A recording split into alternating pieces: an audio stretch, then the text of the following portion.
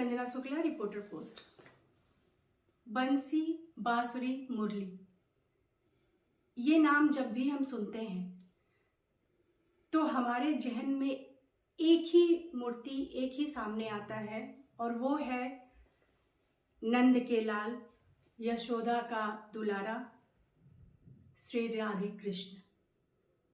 कृष्ण को राधे के बाद अगर कोई चीज प्रिय थी तो वो थी उनकी बांसुरी।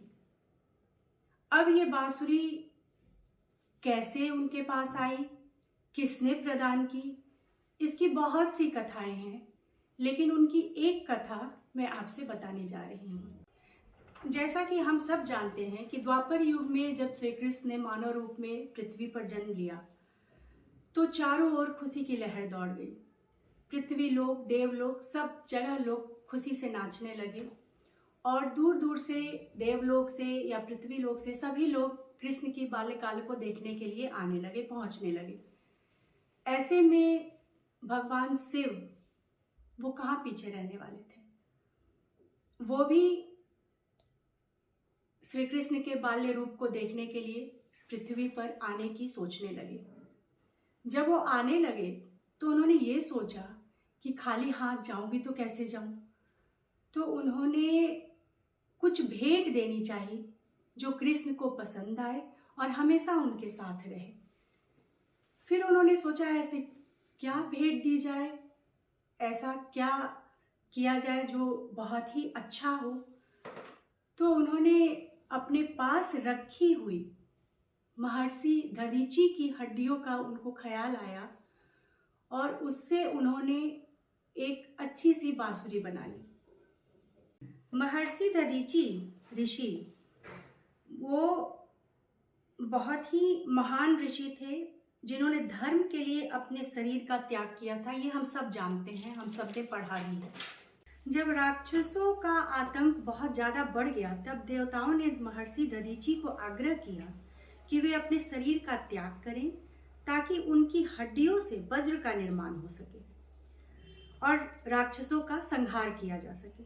महर्षि के हड्डियों से जो वज्र का निर्माण हुआ उसे देवताओं के राजा इंद्र ने अपना प्रमुख हथियार बनाया, जिससे अनगिनत राक्षसों का अंत किया गया।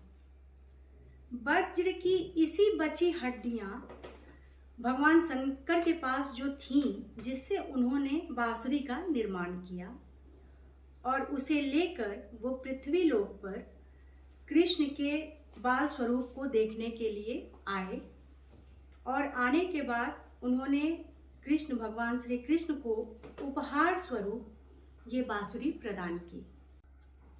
श्री कृष्ण बांसुरी के साथ जैसे जैसे बड़े होने लगे, बांसुरी की धुन सुन के सभी को मोहित करने लगे, सबका मन मोह लेते थे वो।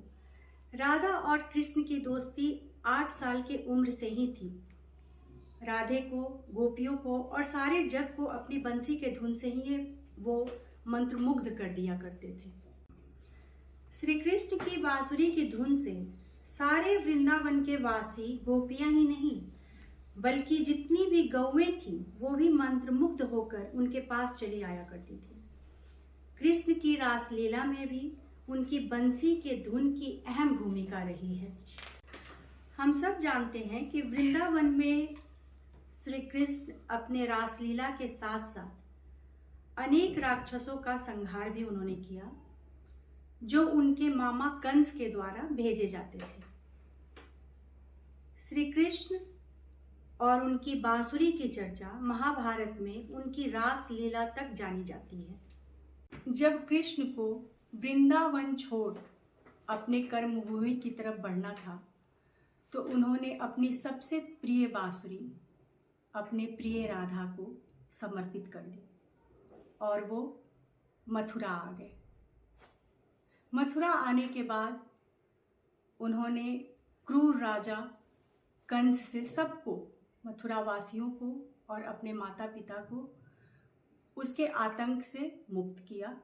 कंस का उन्होंने वध किया।